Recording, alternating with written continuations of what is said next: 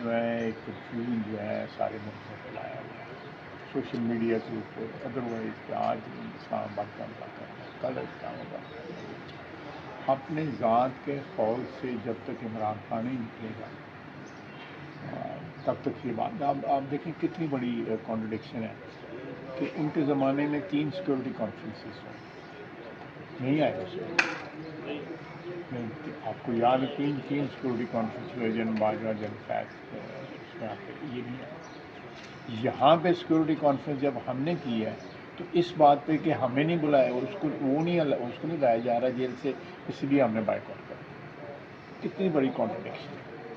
تو یہ جب تک یہ کانٹرڈکشنز نہیں ختم ہوگی، وہ جو مرضی کر لیں، چاہے وہ باہر سے جو گالیوں والی بریگیڈ ہے اس کو لگا لیں، وہ بھی عمران خان کے پہ گالیاں دیتے ہیں، اس کے کہنے پہ گالیاں دیتے ہیں، بلکہ ٹارگٹ بتاتا ہے وہ کہ فلاں کو گالیاں دو، فلاں کو گالیاں دو۔ اندر جو ہے یہ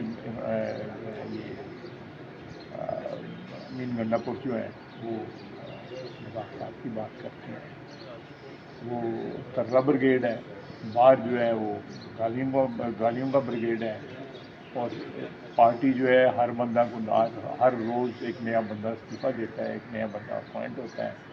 تو یہ کیا پارٹی ہے؟ یہ تو ٹی پارٹی بھی نہیں رہی، یہ تو سیاسی پارٹی بھی نہیں رہی۔ تو یہی تک وہ قومی مفادات کی بات نہیں کریں گے، جب تک وہ جو ہے ایک قومی دھارا جو ہے سیاست کا اس میں نہیں آئیں گے، میرے نہیں خیال کہ کوئی بھی بات چاہے وہ سیاسی لوگوں سے بات ہو یا اسٹیبلشمنٹ سے بات ہو، آگے بات نہیں بڑھ سکتی۔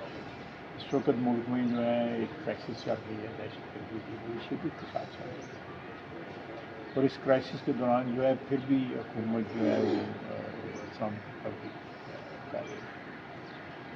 تو اس دوران جو ہے انہوں نے ایک خدشات جو ہے ایک کنفیوژن جو ہے سارے ملک میں پھیلایا ہوا ہے سوشل میڈیا کے اوپر ادروائز کہ آج اسلام آباد کا حملہ کرنا ہے، کل اسلام آباد کا حملہ کرنا ہے۔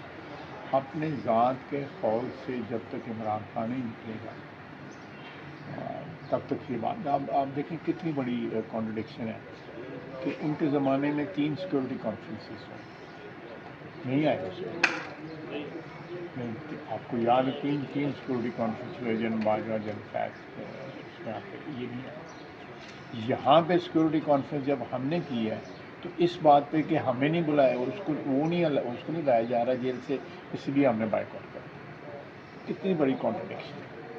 تو یہ جب تک یہ کانٹرڈکشنز نہیں ختم ہوگی، وہ جو مرضی کر لیں، چاہے وہ باہر سے جو گالیوں والی بریگیڈ ہے اس کو لگا لیں، وہ بھی عمران خان کے پہ گالیاں دیتے ہیں، اس کے کہنے پہ گالیاں دیتے ہیں، بلکہ ٹارگٹ بتاتا ہے وہ کہ فلاں کو گالیاں دو، فلاں کو گالیاں دو۔ اندر جو ہے یہ امین گنڈا پور جو ہے وہ مذاکرات کی بات کرتے ہیں، وہ ترہ بریگیڈ ہے، باہر جو ہے وہ گالیوں کا بریگیڈ ہے، اور پارٹی جو ہے ہر بندہ کو ہر روز ایک نیا بندہ استعفیٰ دیتا ہے، ایک نیا بندہ اپوائنٹ ہوتا ہے۔ تو یہ کیا پارٹی ہے؟ یہ تو ٹی پارٹی بھی نہیں رہی، یہ تو سیاسی پارٹی بھی نہیں رہی۔ تو یہی سوال دوسرا کرنے لگا تھا کہ بہت اختلافات شدت اختیار کر گئے ہیں، اعظم سوادی صاحب نے ان کی الزامات لگائے ہیں اور حماد اظہر صاحب نے استعفیٰ دیا ہے۔ کوئی بندہ ایسا نہیں ہے جو ایک دوسرے پہ الزام نہ لگا رہا ہو۔